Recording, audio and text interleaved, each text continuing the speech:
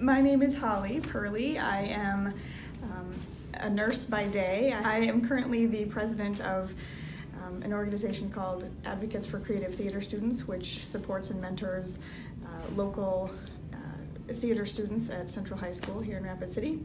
I have also been involved in a member of a couple different task forces with this current school district here in Rapid City as it has related to a new strategic plan when our new superintendent came a few years ago, as well as a member of the task force working on one of the proposed healthcare academic pathways coming in the next few years. So informally, I've involved myself in school district kind of happenings and elections and issues as they come up, and just kind of try to stay current with what's happening, as well as professionally kind of interacting with teachers and school professionals, and personally and professionally, I should say. So in my view, I guess what I think of as the difference between burnout and demoralization, I tend to think of burnout as being, it seems so much more final, as if because of the struggle going on in their profession, people leave, potentially. Whereas perhaps more so with demoralization, maybe people are sticking it out, and what does that lead to? A continuation of folks in the profession who aren't rewarded, aren't appreciated, but are still filling holes, if you will. So what do we do about that? Because in the end, it's going to affect students or patients in my world. So what do we do?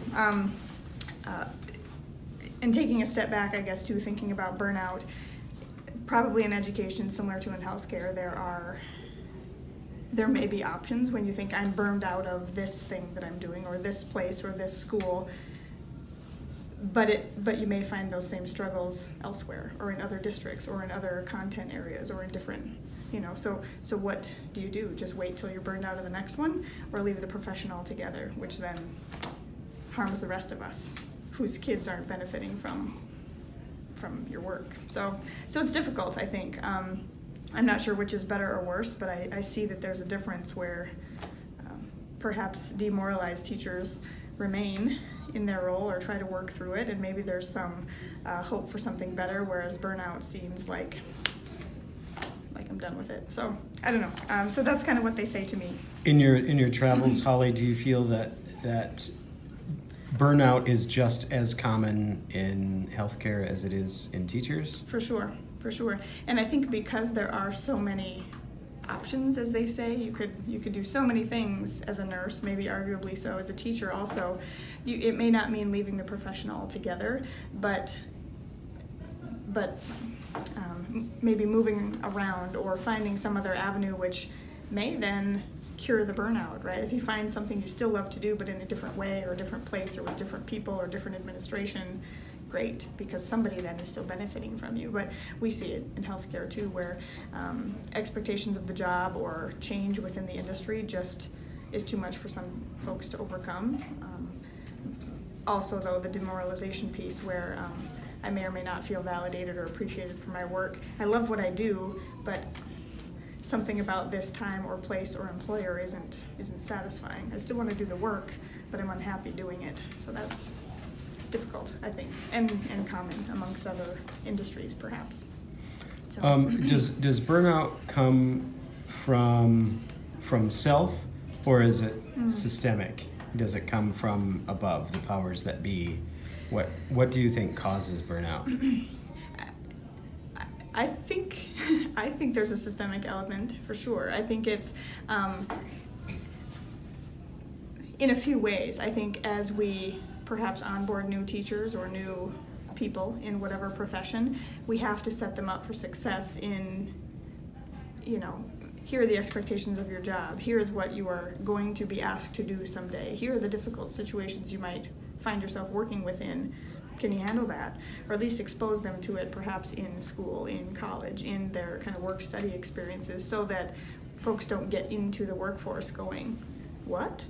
I didn't expect this, or a classroom with 30 kids in it, or whatever, whereas school, and again, we see this in my line of work too, the college, the professional training sometimes buffers reality out a little bit, and we need to prepare people for what is going to be reality, hoping then that professionally they are able to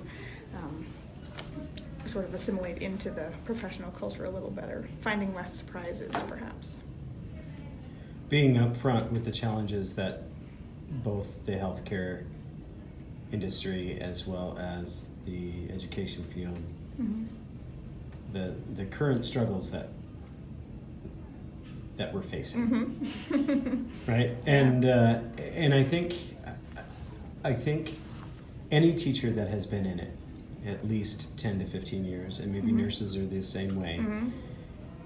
understand that at least in education, we realize that it's a broken system. Mm-hmm. We realize that the classroom of 100 years ago, Mm-hmm. or the system of public education in this country is damaged and it needs Okay. repaired. Mm-hmm. And we need to do so much from bringing our facilities up to date, making them secure, Mm-hmm. making them technologically savvy, Mm-hmm. but also preparing our educators in such a way that they know how to teach a 21st century student Mm-hmm. and not use the methods that were used 50, 60, 70 Right. years ago. Right.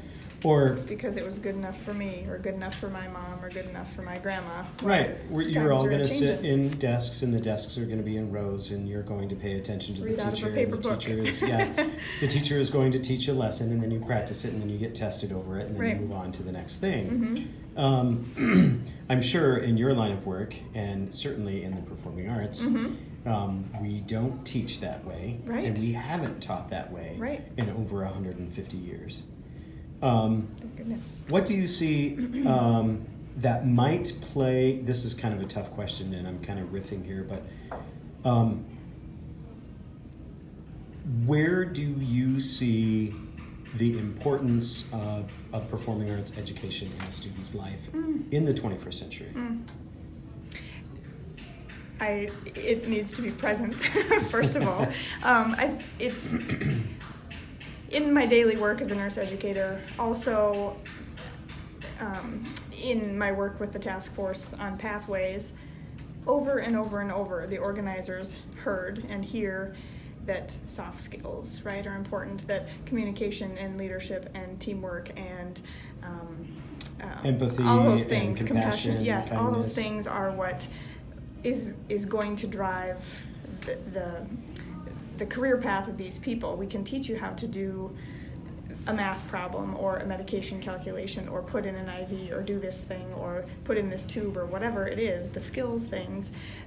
But the new students we encounter, that's their focus, are the things, the skills, the tasks that they want to do. And what's so much harder to learn and to teach, frankly, are those other things, those soft skills. So no matter what the student's end goal or career goal, I think, is, whether you're going to be a performer professionally or a nurse or an educator or a fireman, I think it's that core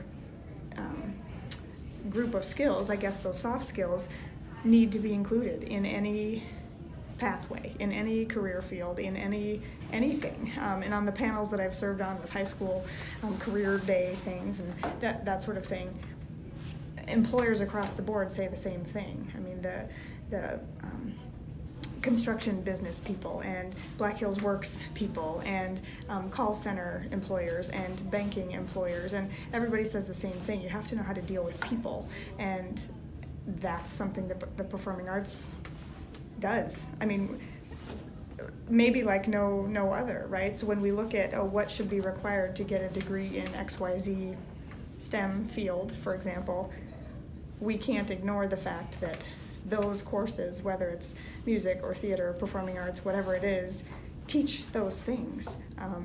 You don't do any of those things in a vacuum, and so it takes a village, we say in work all the time, where it's that has to come first. You have to, or at least it has to be foundational, whenever and however it is that you learn it. But we can't be blind to the fact that science and math are the only things, and that's my profession. but the art piece, the art and science of what we do in healthcare is the art is often forgotten, I think, and what better way to learn it? Right. Even if you're not going to do that professionally. In my line of work, I take a look at the amount of students that are successful in science and math. Are performing arts students, are the students that have those soft skills. Because of their involvement, probably, not in spite of, right? Right. I mean, I would certainly hope so. So, there's no doubt that I suffer from burnout, as I'm sure you do, in teaching nurses and me in teaching performing arts students. just be as passionate as I am. Yeah, Can you just, exactly. Yeah.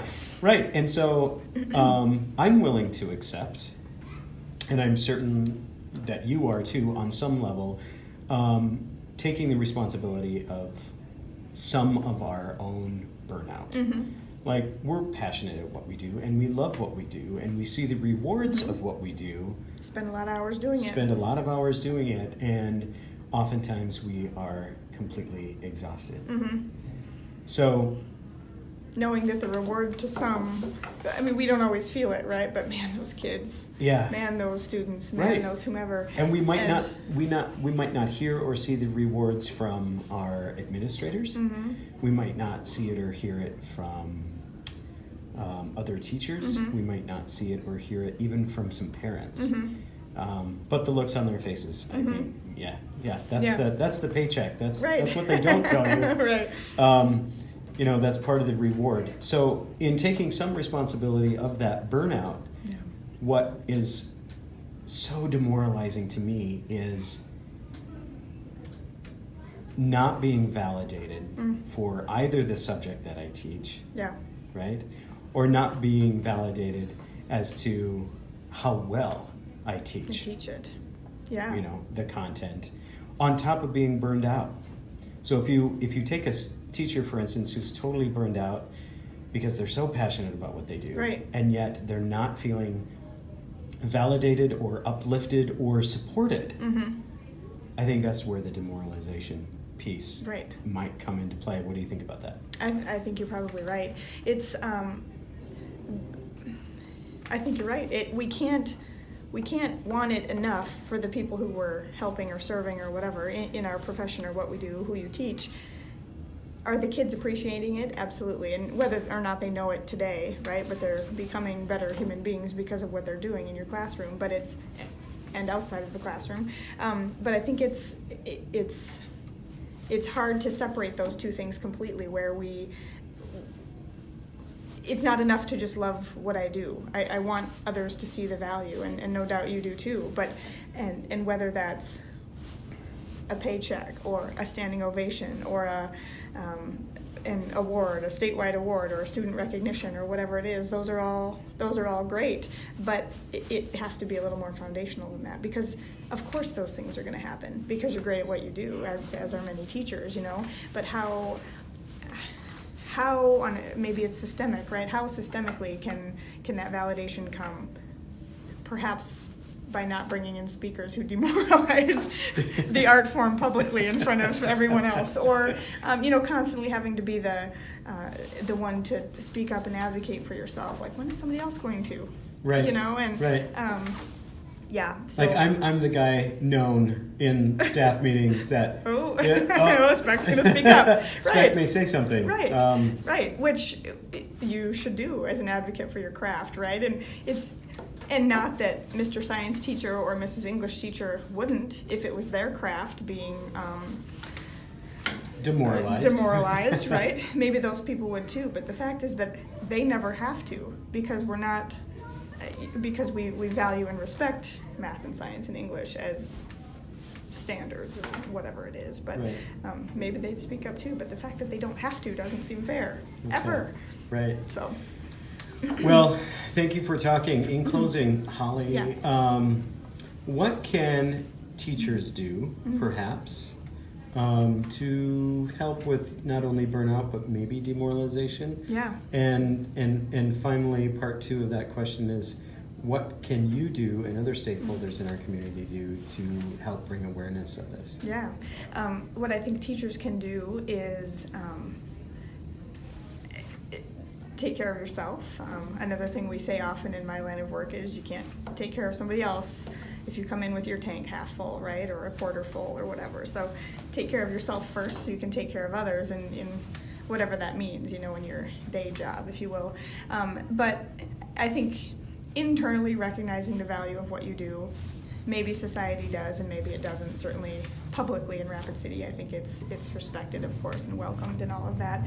But internally perhaps trying to find some measure of validity or respect for your craft or whatever it is that doesn't have to come from other people. And I don't know what that is, because when you already have that inherently, like, it's what you do. So of course I think it's valid and think it should be respected. So I don't know what that looks like, but being assured maybe that it is validated by some of us and appreciated and respected and that sort of thing, even if the others, whoever that is, upper administration or the powers that be, don't either say it or say it often enough, knowing that many of us feel that way.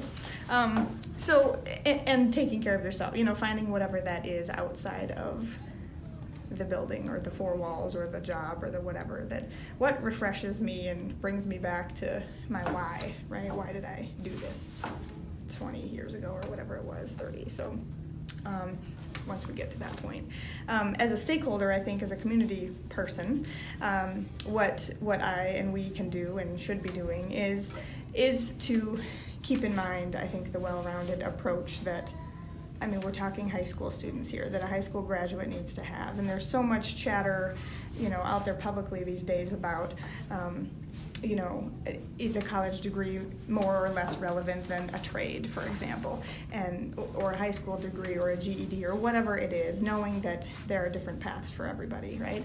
But I think we have to, in recognizing that, we also can't pigeonhole people either, right? In STEM is where the jobs are, so you're going to go down one of these pathways. Well, what do those industry partners in STEM industries say that person needs as an 18-year-old when they're getting ready to graduate? So I think as a builder or a participator, I guess, in those task forces, what I'm going to continue to do is don't let them forget that. It's not just chemistry and math that you need to be a nurse, if that even, right?